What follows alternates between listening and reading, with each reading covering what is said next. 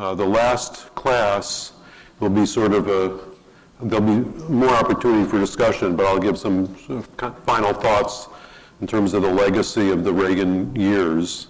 But I also thought today where the focus is going to be on relations with the Soviet Union and the intensification of the Cold War, which took place during Reagan's first term. And remember, I said last time that in a lot of ways the Reagan presidency with regard to foreign policy is somewhat schizophrenic in that the first term people were talking about this is the worst the Cold War has been perhaps at any time since it began in terms of the tensions between the United States and the Soviet Union. Second term, by the end of the term, people were talking about if the Cold War hadn't already ended, it was seemingly about to end, and the United States was adopting a much more collaborative relationship with the Soviet Union. So it's a pretty dramatic change between the first and the second term. But before I get to that, I thought, I talked last time about the Iran-Contra scandal, and in talking about American involvement with the Contras in the effort to overthrow the Nicaraguan Sandinista government, and then also to support what really did amount to a dictatorship in El Salvador in the early 1980s, that I then focused on what happened in terms of the linking to the Iran hostage situation.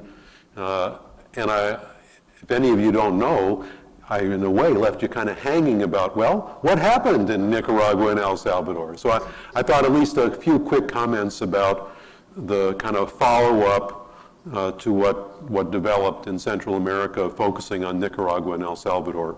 I won't take too long about it. It's actually right in the midst of the Reagan administration's decision to be supporting the Contras, and when Reagan began referring to them as freedom fighters and was attacking the Sandinista government as now being linked to Cuba and ultimately the Soviet Union. It's interesting that in the midst of that, in 1984, remember the Sandinistas came to power before Reagan was president, when Carter was still president. And in 1984, while there was really a war going on with the Contras, at least in the countryside, there were elections that took place in Nicaragua. And actually international observers generally agreed that the elections in Nicaragua in 1984, while not completely free of kind of Sandinista efforts to influence the outcome, were still more free in terms of the electoral process than what was going on in El Salvador, which the United States was holding up as a democratic nation which the administration was trying to defend.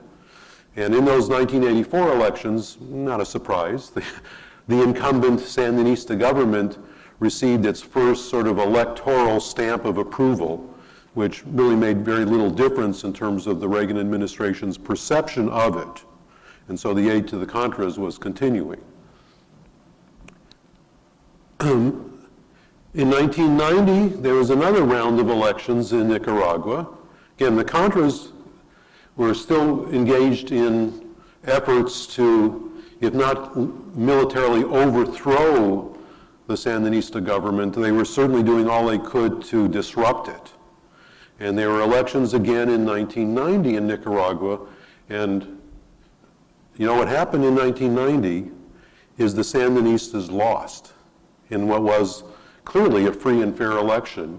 Violeto Chamorro, who was at that time the publisher of the leading kind of independent newspaper in Nicaragua, was actually elected president of Nicaragua, and the Sandinistas peacefully handed over power to Chamorro's party. However, some years later, in 2006, the Sandinistas came back to power in Nicaragua via a free and fair election. And Daniel Ortega, who had been the leader of the Sandinistas and who was the first Sandinista president back in the 80s, he returned to power in 2006 as president of Nicaragua and was reelected in 2000, was it 10 or 12, but he is the current president of Nicaragua. So it has a Sandinista government, though by all accounts, the Sandinistas did move more, they're not all the way to the center, but they're a less radical movement now than they were when they first came to power. Okay, so that's Nicaragua. Any questions about Nicaragua? Not that I'm an expert about Nicaragua, but. Okay, and then in El Salvador, it's kind of ironic that there are certain parallels in a way. The FMLN was the name of the group that had organized the insurrection against the sitting government of El Salvador, where that insurrection really took off in 1980, just before, again, I explained this last time, before Reagan became president. Fighting continued in El Salvador throughout the 1980s. However, beginning in 1987, 4 Latin American nations listed up there, Mexico, Venezuela, Panama, and Colombia, the leaders of those 4 countries tried to become mediators between the FMLN, the insurgency, and the sitting El Salvadorian government. And they seemed to be making progress as if they were going to come up with a peace settlement. That didn't work out. Fighting continued in El Salvador, but the so-called, it was Contadora was the name of the place this group met to try to negotiate a settlement to the war.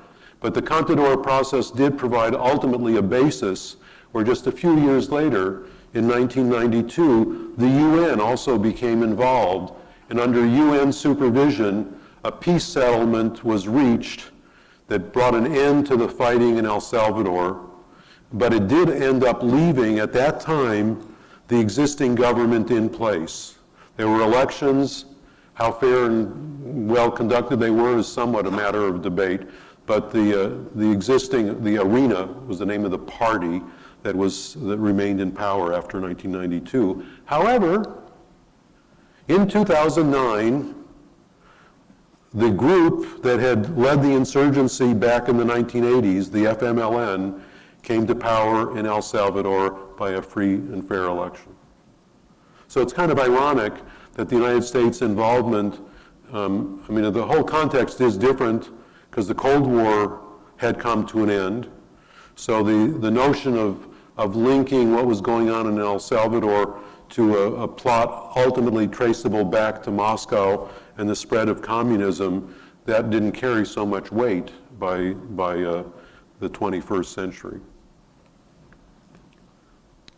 Okay, so now to the main topic, though not the only one for today, and that is more or less relations with the Soviet Union. And as I said at the outset, the first term between 1981 and 1985, if anything, relations between the United States and the Soviet Union, which were hardly good when Reagan became president, got even worse. And when you look at Reagan's own background, Ronald Reagan, and I mentioned this when I talked about his election in 1980, one of his main issues in the 1980 campaign was a desire to build up the military, take a stronger position vis-a-vis the Soviet Union in the entire world, take a more active role in not only in trying to prevent the spread of communism, but as we saw, in Nicaragua, and we'll talk about in Afghanistan also, in some ways even trying to roll back areas that Soviet influence had spread to. And if you look back at his history, Ronald Reagan, well before he became president, you'd go all the way back to his support for Barry Goldwater in 1964 and his attitude about the Vietnam War, or more recently in the 1970s, his attitude about efforts for arms control, which had borne fruit under Nixon with the first major arms control agreement. There was the 1963 Test Ban Treaty with the Soviet Union, but in 1972 under Nixon, the United States negotiated and then signed the Strategic Arms Limitation Treaty. Then, since there was going to be another one, this was called SALT I, in 1972, which placed ceilings, didn't call for any kind of cuts in nuclear weaponry. The SALT I agreement simply said, we will not increase the number of our missile systems and airplanes that can deliver atomic weaponry. We won't increase them beyond a certain level. So not cuts, just ceilings that were higher than existing levels were at that time. Ronald Reagan and many conservative, Republicans and some conservative Democrats, but it was more Republicans in 1972, opposed the SALT I agreement, basically arguing you can't trust the Russians, we shouldn't have any limits on our ability to respond in case they're doing things that they're doing in secret. It's just, we can't deal with the Russians unless they establish a much greater basis for trust. So he was an opponent of SALT I, and then when Jimmy Carter was president, and these negotiations had begun with Nixon and Ford, but culminated when Jimmy Carter's administration negotiated SALT II, which slightly lowered the limits that had been established by SALT I. And Reagan, again, was a strong critic of SALT II. And SALT II never was formally signed because before it came before the Senate, after it was negotiated in 1978, then the Russians invaded Afghanistan in '79, and there were a lot of voices like Reagan even before that who were against the treaty. And so after the Russian invasion of Afghanistan, Carter, realizing that first of all, there's no way it's going to get 2/3 positive vote in the Senate, plus Carter himself then began to take a much harder line toward the Soviet Union. He more or less withdrew the treaty and said, well, I'm not even going to try and ask the Senate to vote on it. So it was not ratified. But the terms had been agreed to by the Russians and the Americans, the negotiators. But again, the important thing, in terms of the point I'm making, is that Reagan came in a harsh critic of arms control agreements. He'd been a harsh critic of what was known as détente, the whole notion that first became prominent under Richard Nixon, that better to try and work on areas of common concern with the Russians, begin to engage in trade with the Russians, and hope that we can ease the tensions of the Cold War by having we're not going to become allies with the Russians, but reducing the amount of tension. And Reagan said that's a false notion while the Russians are engaging in all kinds of mischievous behavior all around the world. So harsh critic of détente and arms control before he became president.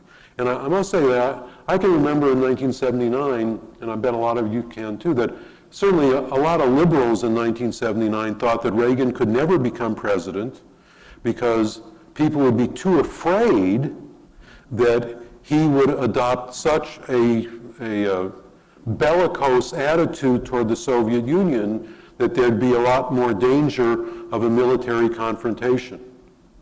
And obviously that was not such a concern that 50% of the American people didn't vote for him in 1980. But there was certainly a significant minority of people who were afraid of a Reagan presidency even before he took office. And it's also in this time period that there was a major movement. Remember the nuclear freeze movement? Of a large popular movement in the country of people saying we should not be building any more nuclear weapons and that we ought to move toward, trying to do away with nuclear weapons. There were big demonstrations in the streets over years in the 1980s, and a lot of that was heightened by the concern about a Reagan presidency. And then within the Reagan presidency, and this repeats something I said earlier in a slightly different context, there were different voices within the administration. There were voices that were even more strongly anti-Soviet than was Reagan, who basically took the point of view that we just have to build up our strength. There's no way of talking to the Russians. They're only going to respond if we're stronger than they are. and then we can work to try to undermine them in various parts of the world, like in Nicaragua or in Afghanistan or elsewhere. And the voices that were most significant in supporting Reagan's already inclination early on to be tough on Russia were William Casey, the head of the CIA, Caspar Weinberger, who was Secretary of Defense, and at least early on, Alexander Haig, who was briefly Secretary of State, but didn't last too long. And actually, when he was replaced by George Shultz in 1982, Shultz would be more or less on the other side of someone who was much more disposed toward trying to use diplomacy in terms of the relations with the Soviets. And, you know, of the initiatives that Reagan took when he first became president, you know, I had focused on domestic policy with regard to tax cuts. The tax cuts were his highest priority in terms of domestic policy. In terms of foreign and military policy, his highest priority, which he was able to accomplish, you know, right at the beginning with his first budget, was arguing that spending on the military, which had been reduced in the wake of the aftermath when Vietnam ended. If you look at when Nixon was president, defense spending actually went down. Went down after, at least after the Vietnam War ended for the U.S. in early 73. And Reagan said that was a mistake. That was part of the whole mistake of Nixon pursuing détente. We need to have a stronger military, be so clearly superior to the Soviet Union that we then might be in a position to have more leverage with them. And Carter, again, I said this before, you know, Carter had started, especially in the aftermath of the Russian invasion of Afghanistan, Carter had already begun to propose and get implemented in his last budget a fairly substantial increase in military spending. But Reagan came in and basically said what Carter was, he didn't put it in these terms, but the message was basically, you know, Carter had been weak. We've let our military defenses down. We don't have a big enough Navy. We need to spend more on nuclear. We need to spend more on everything relating to the military. And in his first term, ultimately, this is in what are known as current dollars, not adjusted for inflation. And there was quite a bit of inflation in the early 1980s. But if you just look at the dollars appropriated, military spending approximately doubled during Reagan's first term. And of course, you know, as we talked about that Reagan ended up having large deficits, you know, a lot of people say you can't cut taxes and increase spending so much in this area without running into deficits. And I found this political cartoon. You can see the date. This is December of 1982. So this is after the large increases in military spending had been approved by Congress. And again, the Democrats controlled the House of Representatives. So it wasn't like this was a purely partisan move, given what had been going on in the world with the Iranian hostage situation, the Russian invasion of Afghanistan. There were a lot of Democrats who were supportive of going even beyond what Carter had called for in terms of military spending. But one of the arguments that was made within the Reagan administration and by some historians since is that they think that Reagan had the notion that if we spend so much on the military, we'll force the Russians to then try to spend as much to keep up. And given how weak their economy is compared to the American economy, we'll essentially drive them bankrupt. We'll collapse their economy by forcing them to try to keep up with us in military spending. Now, I don't think that Reagan, I think Reagan's notion was not quite so clear as that.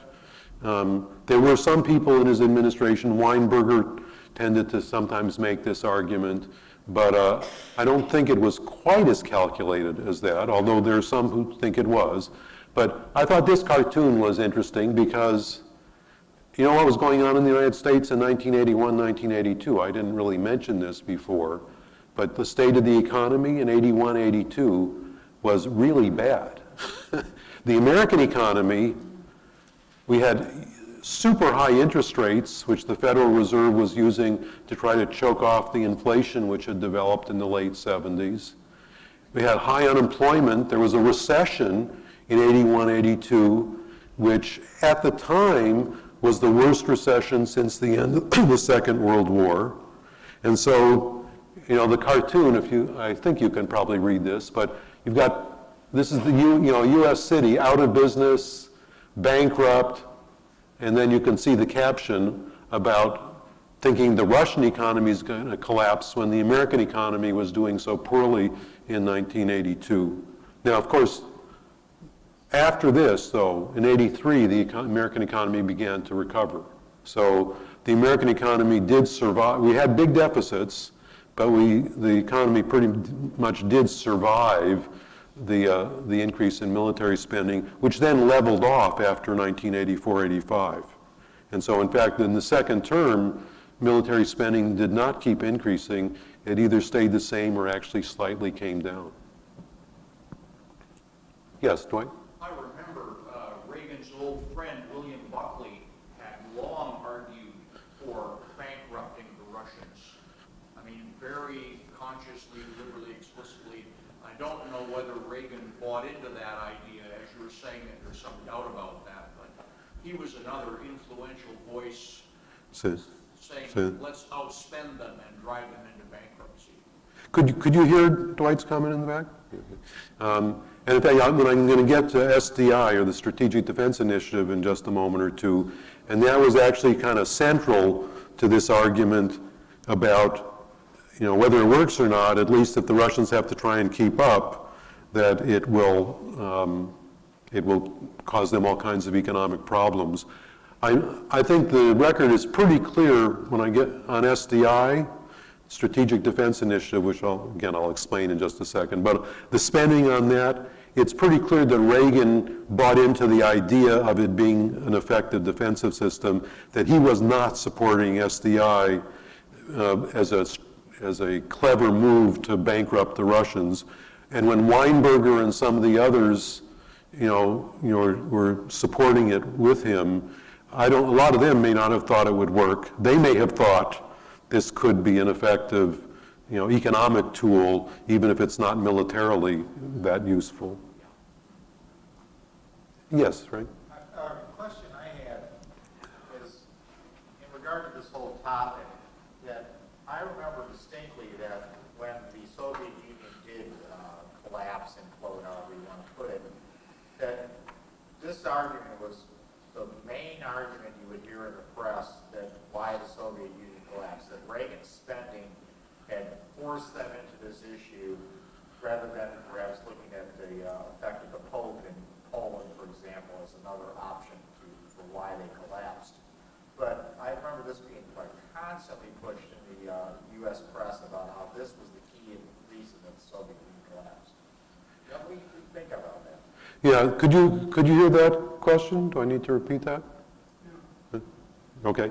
And actually, I'll get to that, when I'll give a brief answer now, and I may be a little bit more next time, because when I get to the end of the change in relationship with the Soviets by the end of his second term, and then how much responsibility Reagan should be credited with for the ending of the Cold War, that's directly related to that question. There's certainly, it's not an open and shut case, I'll say that. There are very respectable historians who do make the argument that the economic pressures on the Soviet Union were a very important factor, if not the critical factor. So it wasn't only some of his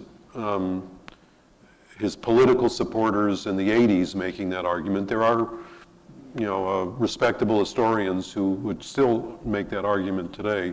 There are plenty of other historians who would dispute that as a critical factor, and I'm more in the camp of, I think there are a whole lot of other things going on, and just as one thing, it's clear that the change in generational leadership in the Soviet Union, when Gorbachev came to power in 1985, that Gorbachev had a whole different vision, which clearly was essential to the change that took place.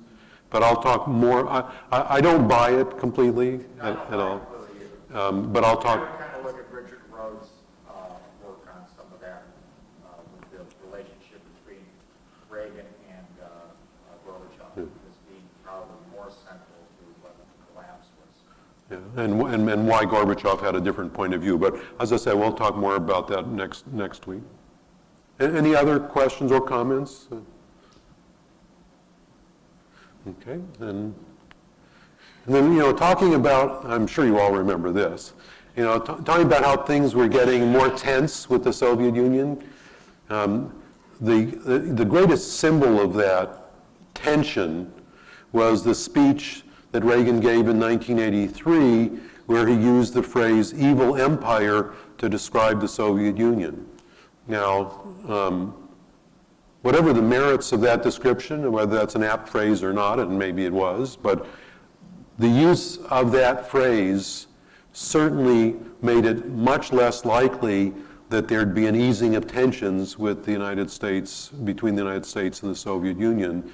It was emblematic of the hard line that the United States was taking toward the Soviet Union. And again, it was later, I forget the exact year, again, I bet a lot of you remember, when Reagan this was later than 1983, when Reagan was recording his weekly radio address. Yes, how many of you remember, I just heard Bob remember, what he said before he thought he was going on the air? He said, he was saying, and it was jokingly, but what a joke, said that he was basically authorizing bombing of the Soviet Union in the next 5 minutes. And it wasn't the kind of thing that made it easy to, for the Russians to look at the United States as a kind of a negotiating partner. Now also in 1983, Reagan, and this I made reference in terms of spending and whether it was just a calculation to drive the Russian economy into more dire straits, was that Reagan, without really consulting much with many of his leading advisors, people like Weinberger and George Shultz, Reagan gave a speech where he came out in support of what was formerly called the Strategic Defense Initiative, or SDI, but which then became more popularly labeled, as you, I'm sure, remember, as Star Wars. And the reason that Star Wars, of course the movies were so popular then, but the reason that that had some aptness to it is that this was supposed to be a defensive system to protect the United States from possible nuclear attack from the Soviet Union, or anybody else for that matter, but clearly the concern was the Soviet Union. And it was to be a system whereby incoming missiles could be carrying nuclear weapons directed against the United States could be shot down. And why Star Wars was appropriate is the system he was talking about was to be based in space. There were to be satellites put up in space that would be an integral part of the defensive system, and the incoming missiles were to be were to be destroyed while they were still way up high, in their flight pattern. It wasn't something where, like anti-aircraft fire, where you're shooting missiles down, fairly close to the Earth, which would have let all kinds of radiation out anyway. And Reagan, and I think almost all historians agree when they look at the record about Reagan's thinking on this, is that Reagan was quite sincerely horrified by the idea of nuclear war. I mean, who shouldn't be? But I mean, I think he truly was. And he also was horrified by the notion that the leading theory for preventing nuclear war that had been in existence since the 1950s was the notion of mutually assured destruction, which was more popularly known as MAD. And the notion was, we're going to have, and the Russians will have also, we're going to have so many missiles capable of carrying atomic weapons that if one side struck first, let's say if the Russians attacked us first and we had to suffer a nuclear attack, that we would still have so many nuclear missiles left, we could wipe out the Soviet Union, and vice versa.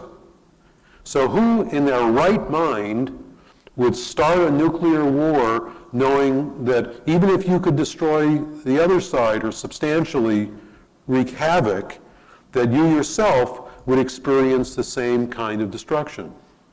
So this theory of avoiding nuclear war was based on destroying each other.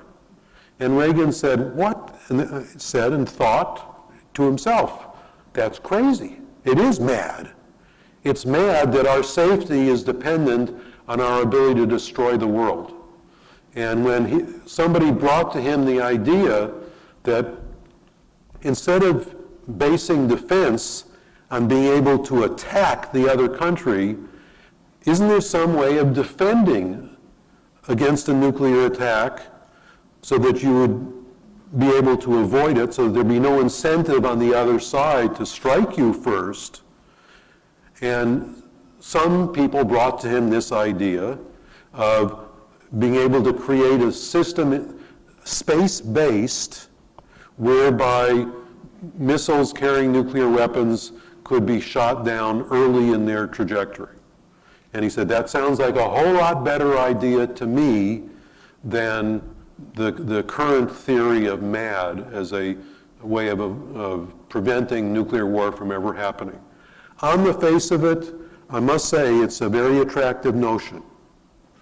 And he went ahead and basically gave this speech and said, we want to explore this, and we're going to start spending money, to do the research, because this capability does not exist now. We would have to develop it.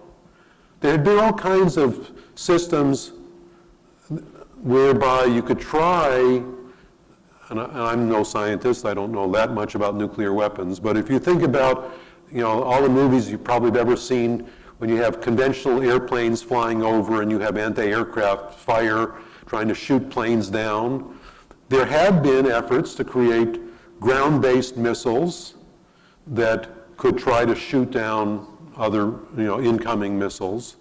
But everyone realized that couldn't be fully effective against a nuclear attack because of the nature of the missile trajectories and a lot of other things.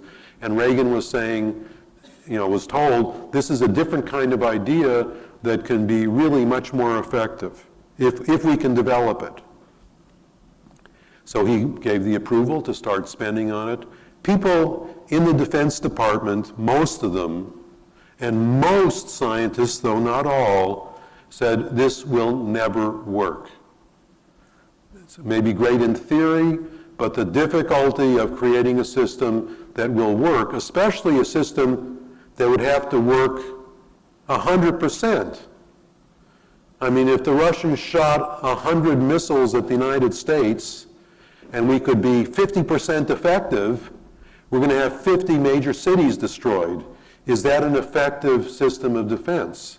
As opposed to the notion of trying to discourage an attack or prevent an attack by promising terrible destruction on the other side if they attack.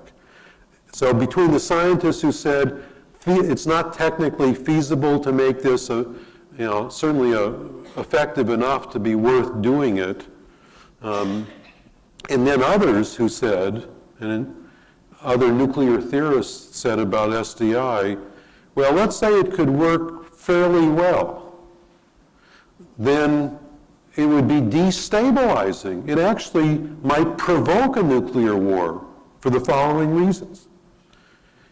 If you have a system that could at least shoot down some incoming missiles, and you yourself, the United States, if we wanted to start a nuclear war against the Soviet Union, we launched what would be known as a first strike, the first to attack. So we launched a whole bunch of missiles at the Soviet Union targeting their nuclear weapons as well as Russian cities. and we could destroy a lot of their nuclear missiles on the ground in a first strike. If they only had a few left, and we had some sort of defensive system that might be effective against a limited number of missiles, then aren't we then going to send a message to the Russians, you better be worried about us. We now are going to have the capability where if we launch a first strike, you can't threaten us back with mutually assured destruction. And so wouldn't the Russians then start to be worried that the U.S. now has the capability of launching a first strike where we really can't retaliate significantly? And doesn't that make war dangerous? Or if you were a Russian leader, would you start to think, maybe we should be the ones to launch a first strike? But it becomes a more unstable situation than had existed before the SDI proposal. In part, the Russians, as we'll see, as I'll get to especially next week, when Reagan first talked about this idea, the Russians were vehemently opposed. I mean, Reagan said, I'm doing this because I want to avoid nuclear war, and I think he was totally sincere.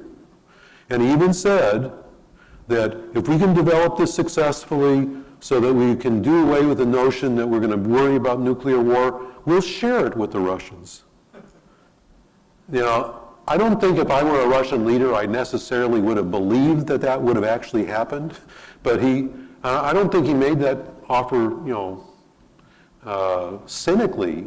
But I don't think there was much way that the Russians were going to believe that if the United States actually could develop this capability, that they were really going to share it with the Soviet Union. So that's what I put about the rationale. Reagan's rationale was sincere. People like Weinberger and others in the administration, I think, saw SDI more as that they knew that the Russians were going to be very unhappy about this, and that it would also mean that any kind of discussions about arms control, if Reagan kept insisting on SDI, that it was very unlikely that arms control would become a live issue again, which is something that they were quite happy with if it stayed dead. So I think there was some cynicism on the part of people like Weinberger with regard to SDI, much more so than with regard to Reagan. And I also, the one other thing about perception and what this means, the SALT II treaty, or the SALT agreements, had actually limited defensive systems against nuclear attack. And the reason for that, the SALT I treaty that had actually been agreed to, said each side could have 2 sites that they could protect against nuclear attack. In the United States, I think, picked Washington and the missile base in North Dakota. Now, the anti-missile systems that the U.S. developed were probably not going to be very effective anyway. But according to SALT I, each side had basically said, we will not have more than very limited anti-ballistic missile systems. So SDI, on its face, would have been a violation, a tearing up of the SALT I agreement, which had been ratified by both countries. Okay. Okay, well, any comments, questions about what I've said so far? Frank? So the ABM treaty, that's the way I've always heard it discussed as the anti-ballistic missile treaty. Yeah. Fell underneath SALT I don't remember that. It is a separate treaty. It was a separate. Yes. Yeah, I was rather vague in what I said, but the anti-ballistic missile treaty, or ABM treaty, was signed simultaneously with SALT I in 1972. But it was a separate. It was a separate treaty. Okay. Should we take a break now? Okay, I'm about to get going again. And before we go to Afghanistan, I have something that I was going to mention at the very beginning, but I forgot. And I've said this before, but all the PowerPoints are on the OLLI webpage under, if you go courses, then course materials. They get, in fact, they even get posted sometimes a day before I give the lecture. They're usually not prepared more than that because I'm just keeping ahead of the class in terms of doing these. And then on YouTube, for those of you who are really gluttons for punishment, at least some of the lectures are actually been videotaped and are going to be on the YouTube. I know that at least one is, maybe more, and I'll have Barbara send a link to the class so that you'll be aware of that at any rate. They're not too dramatic in that it's a stationary camera back there, and so it's not like really high production, but it's okay. So obviously, one of the issues that was at the heart of the deteriorating relationship between the United States and the Soviet Union was the Russian invasion of Afghanistan, which began in December of 1979, and. I mentioned last time, I guess it was last time, about when the Russians went into Afghanistan when Carter was still president, that they were not invading to create a communist government. There was a communist government in Afghanistan, and the Russians went in initially to try to maintain a communist government in Afghanistan. There were internal divisions within the Communist Party of Afghanistan, and actually when the Russians went in, they ultimately replaced one communist with another communist to head the government that they were backing. But what I had failed to mention, and this was kind of gave a misleading impression, there was also a movement that was taking place before the Russians came in against the communist government of Afghanistan, primarily religiously inspired and often referred to as the Mujahideen, the Islamic fighters who were intent on trying to replace the communist government and certainly were not sympathetic to Russian involvement in Afghanistan. So there was a Islamic-based insurgency that was threatening the communist government of Afghanistan before the Russians went in.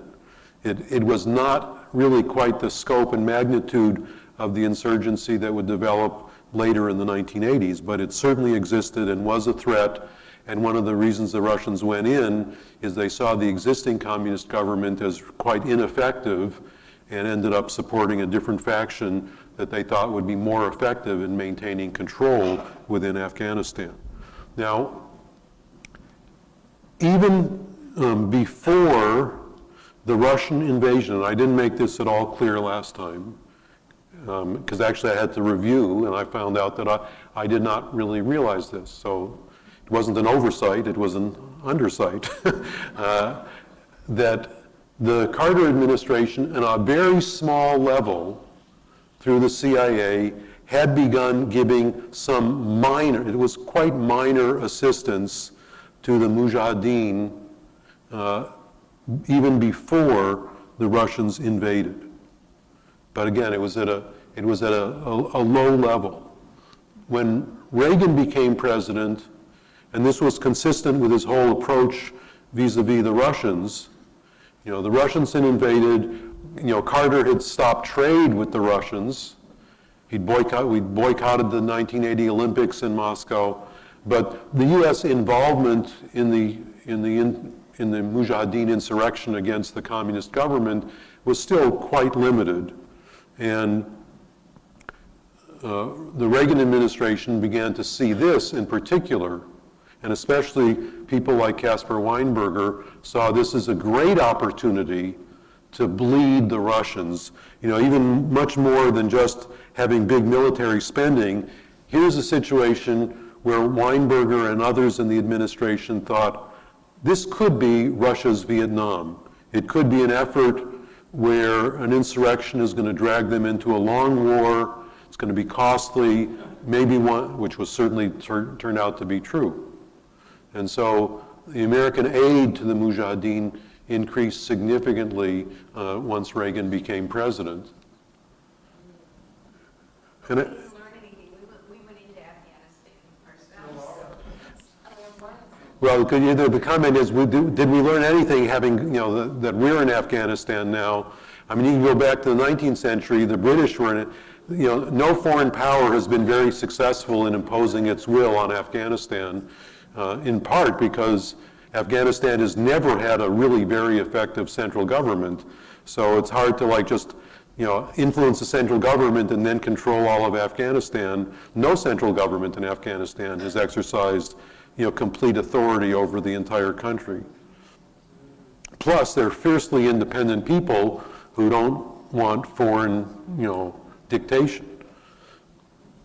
Before I get to that last heading, because this takes me a little bit into it, is the second term, because even as relations with the Soviet Union took really a dramatic turn after 1985 for the better, that did not mean that the United States, then backed off in Afghanistan.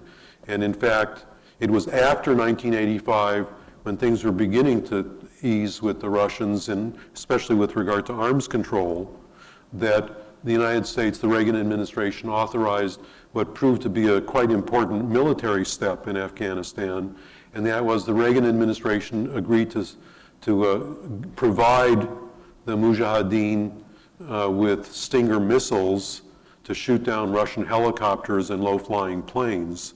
And that became an important factor in the Mujahideen's increasing success in fighting against the Russians in the latter part of the 1980s. And of course, the other thing that I don't have up here as a heading that I know you all know is one of the Mujahideen groups, who was involved in that group? Yeah, Osama bin Laden. And so there is no question that the United States was willing, the Reagan administration was willing. They had no idea really that what would happen in the future about Osama bin Laden and his attitude toward the United States. But since Osama bin Laden had come from Saudi Arabia, seeing what was going on in Afghanistan as part of basically a jihad, the United States was certainly willing to support that so long as that was directed against the Russians. And there would obviously be long-term consequences to that involvement. Okay, then one last heading in talking about U.S. relations with the Soviet Union, when Reagan became president, the leader of the Soviet Union was Leonid Brezhnev. He had become the preeminent Soviet leader in the 1960s. Certainly by 1968. After Khrushchev was overthrown, it was a little bit uncertain for a little while who was going to be the most prominent leader in the Soviet Union. But by the mid-60s, Brezhnev remained in power until 1982 when he died. But he was already on his last legs, really, by the time Reagan became president. And he traced his background all the way back to the early Soviet Union, was kind of an old-style hardliner when it came to the Cold War and relations with the United States. He was, upon his death, and this is one of the problems that the Reagan administration experienced, is that leadership in the Soviet Union for a short period of time became a revolving door. Because they kept picking really old people who were going to die. And he was followed by Yuri Andropov and then Konstantin Chernenko, both of whom lasted, in total, between the two of them, 3 years. And so it wasn't as if the Soviet Union had it wasn't like they weren't completely leaderless without any kind of policy, but it wasn't as if they had a stable, number one, who would have been the obvious person to be conducting long-term negotiations with. And again, that situation would change pretty significantly when Gorbachev and a new generation that he represented gained the reins of control in 1985. So again, through these guys, through 1985, the Cold War was as intense as it had been at any time, at least probably since the late 40s, early 50s. Okay, then I thought this is not directly related to the Cold War and relations with the Soviet Union, but I think it merits at least some comment as a kind of as another example of Reagan's foreign policy in another part of the world, and it's going to be U.S. policy toward Iraq. And again, I bet a lot of you are familiar with this because especially once the United States went into Iraq under George W. Bush, a lot of this history came back into prominence in a way that it might have been forgotten in the 1990s. Quick chronology.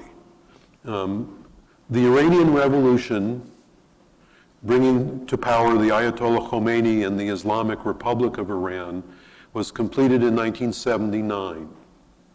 Remember, the hostage taking was in November of 1979, and actually that hostage taking was part of the consolidation of authority of the Ayatollah Khomeini and a more strict Islamic rule within Iran. Up until that hostage taking, it wasn't really totally clear what direction the Iranian Revolution was going to take, because they weren't completely secular, but they were more figures in the Iranian government up until November of '79 who were open to relations with the West and the United States. Once the Ayatollah Khomeini consolidated authority, that was much less true. Probably actually not true anymore. Okay, so, but Iran, was still in a somewhat seemingly weakened position because many of the leaders of the military, and Iran had a major military going back to Nixon's time. The United States was selling to Iran billions and billions of dollars of armaments. Iran was taking the oil revenues, they were using them for a lot of things, but one of the things that the Shah of Iran was using oil revenues for was buying literally billions and billions of dollars of planes and other military equipment from the United States, as the Nixon administration assumed that Iran would be kind of the pillar ally of the United States in the Middle East. But with the revolution, a lot of those military leaders either went into exile or even were executed, and the military seemed to be somewhat in a chaotic state as of 1980. Iran's neighbor, Iraq, under Saddam Hussein, basically thought it could take advantage of Iran's seemingly weakened military power and breakdown in relations with the United States and the West after the hostage situation, that Saddam Hussein thought, wow, this is a good time if I want to try and grab a little part of Iran on the border with Iraq that is rich in oil resources. It's along, I don't bring up a map, I should have brought a map up here, but along the Shatt el-Arab waterway, which was the border between Iran and Iraq, his notion was, I'm just going to seize that little bit of territory. Iran's not in a very good position to defend it, and I'm going to basically enrich myself at Iran's expense. And so Saddam launched an attack against Iraq in September of 1980. Against Iran. Iraq attacked Iran in September of 1980. And the position of the Carter administration was, we're not going to back Iran. I mean, they're still holding American hostages. Saddam Hussein is not, he's not somebody we're really, strongly supportive of either.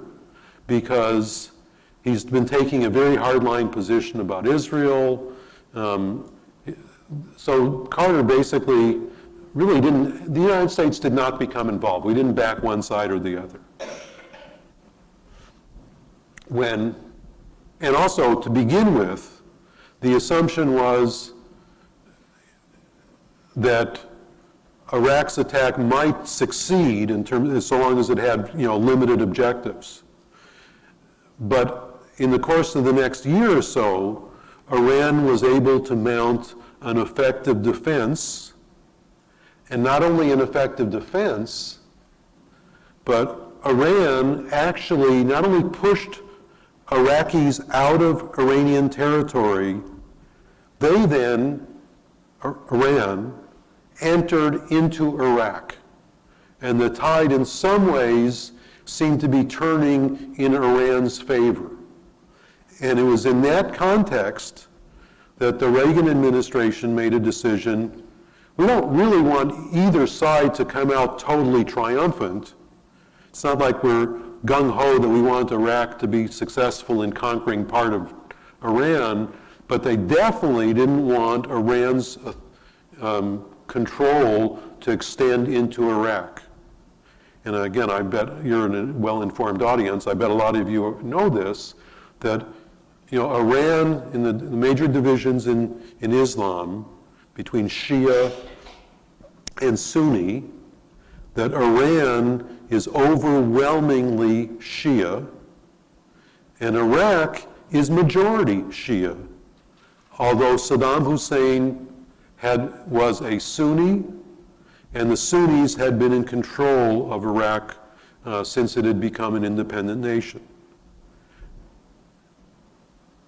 There was, once Iran had been successful in repelling the Iraqi attack, the Ayatollah thought, maybe we can be successful in getting rid of Saddam Hussein, and appeal to the majority Shia in Iraq to create a government that is going to be friendly to Iran, and basically kind of spread the message of Shia Islam as a dominant force in the region.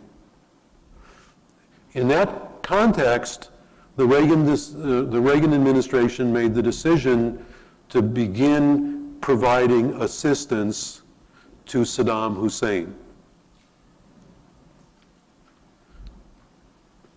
And the assistance, there was never any talk whatsoever sending American soldiers to fight alongside of Iraqis against Iran. I mean, that was never, ever on the books. Certainly not ground forces at all, or air power for that matter. But there were several ways in which the Reagan administration decided to provide assistance to Saddam Hussein. One is the United States began providing important intelligence, especially with the use of satellites, about Iranian positions to Saddam Hussein, so that Saddam's forces could be more effective in now defending Iraqi territory against the Iranian onslaught. So military intelligence, and significantly, another thing that the United States did is we were not going to provide weapons directly to Saddam Hussein. That would have been, I think, against American law even at the time, but that, again, that wasn't thought of as the way to go.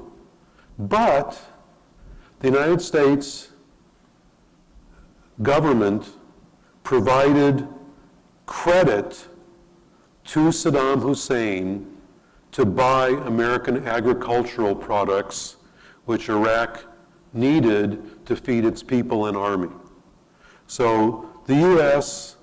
government provided hundreds of millions of dollars of credits to Iraq to buy basically grain and other goods from agricultural goods from the United States.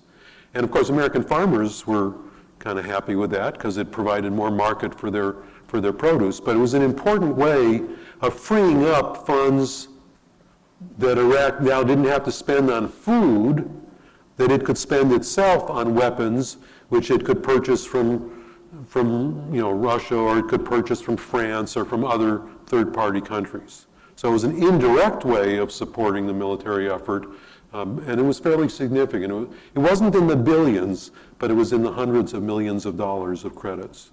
And the one other thing I didn't actually put up here is that as the war continued and there developed attacks on oil tankers, each side against the other in the Gulf, the United States ended up committing American naval resources to what was described as international waters, but to protect basically Iraqi tankers so that they could get their oil to market. And the United States also indirectly had some, I think complicity is the right word. The United States did not tell Saddam Hussein, we think it's a good idea for you to try to use chemical weapons to defend yourself. But the United States did allow certain American companies to sell some of the ingredients that went into the making of chemical weapons, even at a time in the 80s when American intelligence knew that Saddam Hussein was using chemical weapons in the war against Iraq. And so they knew that, and they did not take steps to then prevent sales of the materials that went into making those weapons in Iraq. That's why I think complicity is the right word. They weren't trying to encourage it, but they weren't preventing it from happening.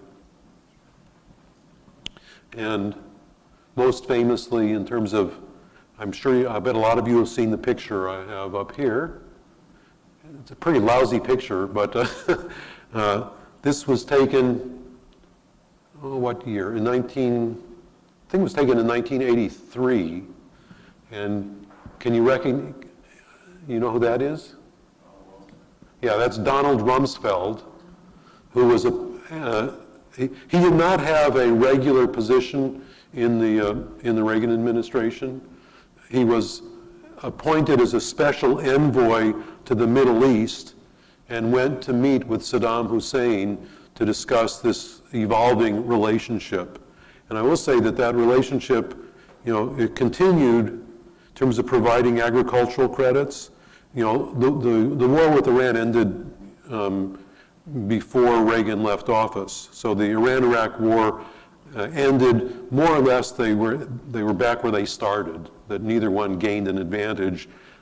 They gained the huge disadvantage of a lot of people were killed on both sides, but no territory of significance really changed hands as a result of the war. But U.S. aid to Saddam then continued, begun under Reagan. The agricultural credits continued up until the time that Saddam Hussein invaded Kuwait. And that's actually, wow, I'm really quite early. So, well, quite early. I'm 10, 12 minutes before we have to go. So unlike last time when I went overtime, if you have any comments, questions, now's a good time to raise them. Remind us which chemical companies were complicit. Do we know, can you remember? We do know, but I don't know. I don't remember. I mean, I refreshed my memory before these classes, but I didn't remember that detail. So the question was what particular chemical companies were involved in the sale of components for these gases and weapons to the Iraqis, and I don't remember which. To go back a little bit in your presentation, from what I've seen on TV, etc., there's always that piece about Andropov, who I believe was formerly head of the KGB before he became premier or whatever you want to call it, was very close to launching a nuclear strike due to some lights being left on in the White House. And there's all this, that we were actually running a war game in effect, and it really triggered the Russians to be very, very nervous about the Reagan administration at that time. Care to elaborate on that, or do you remember that one? I don't, could you hear that? Okay. Frank was mentioning that he had seen perhaps on television about Andropov that at one time when there were lights on in the White House, must have been late at night, and some sort of wargaming that might have been taking place, that Andropov might have been scared that that was actually, they were planning a nuclear attack and that he should consider attacking first. Yeah, they were actually considering first strike at that point because they were so concerned because everything that all their intelligence was showing because of the war game going on was basically showing them that indeed that it looked like we were planning on launching a first strike and that Reagan's rhetoric had been, so I used the word bellicose, that indeed they were basically scared. So they were very, very close to starting the countdown. So it was pretty interesting. It was on a PBS show, I believe. Yeah, I can't say that I can comment on it because I don't really. It was pretty scary. Really.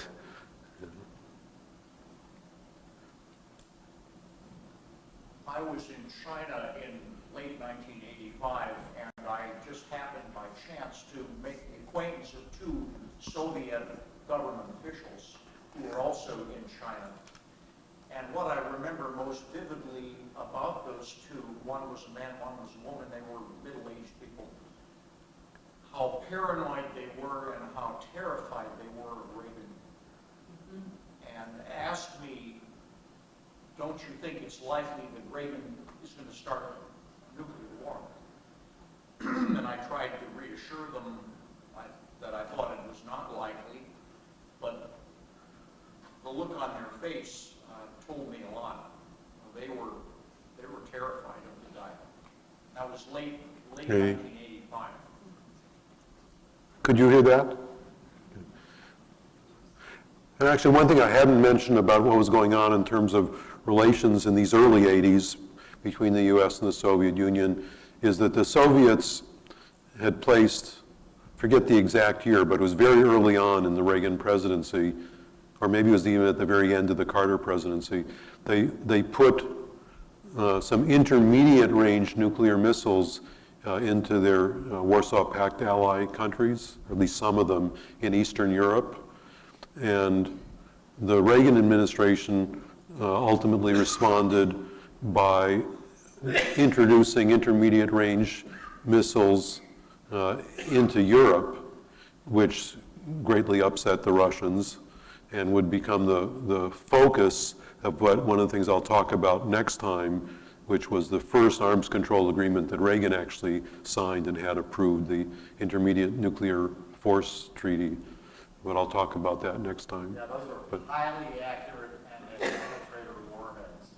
So they were specifically designed as, I guess the term would be a bunker buster.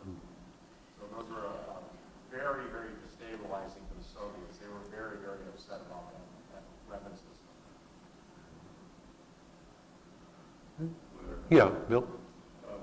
Probably don't need to ask what happened to the funds caught up in the tax credit. I doubt if we got, it just remains something on these books, now lost in the sands.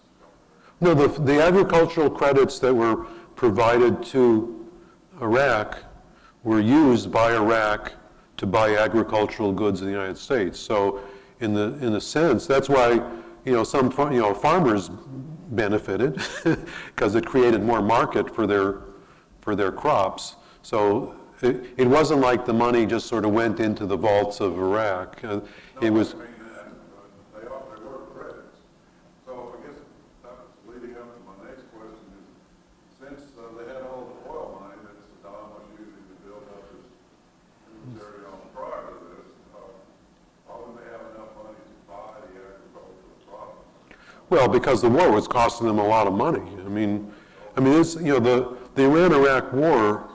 I mean, it was a major war. I forget how many hundreds of thousands of people were killed. It was not just a little border skirmish, and they ultimately were attacking each other.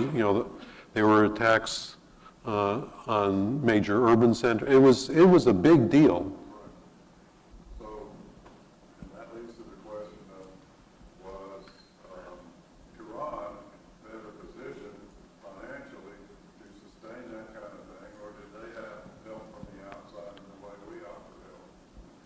Well, one of the advantages that Iran had, if you want to look at it this way, is that, you know, Iran is a much more populous country than Iraq. And when they were able to repel the Iraqi invasion, then began to make inroads into Iraq in the early stages of the war, they were often using human wave attacks where they were expending, you know, tremendous numbers of bodies in the military effort. Oftentimes people who were not well armed at all, but were just basically trying to overwhelm by numbers. And whether Iran, it's a good question whether Iran was getting any outside financial assistance. And I'm not sure. I'm trying to think who they might, Iraq was getting Iraq was getting assistance from Saudi Arabia because other Sunni governments were concerned about the spread of the Shiite revolutionary movement. So I know Iraq was getting assistance from other countries, from Saudi Arabia, Kuwait, but whether Iran was, I don't know. I'm trying to think who they might have got. I'm a little bit hard pressed to think what country would have saw it to be in their interest to be giving aid.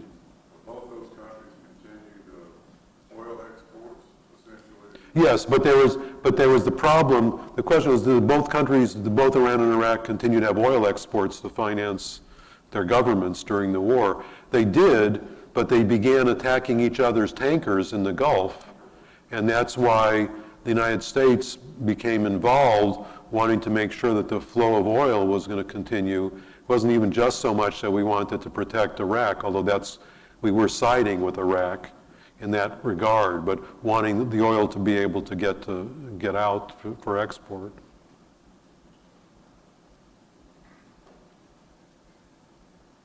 Okay, well, if there are no other comments or questions, then I'll just see you next time and we'll do the second term, and it's a very different story.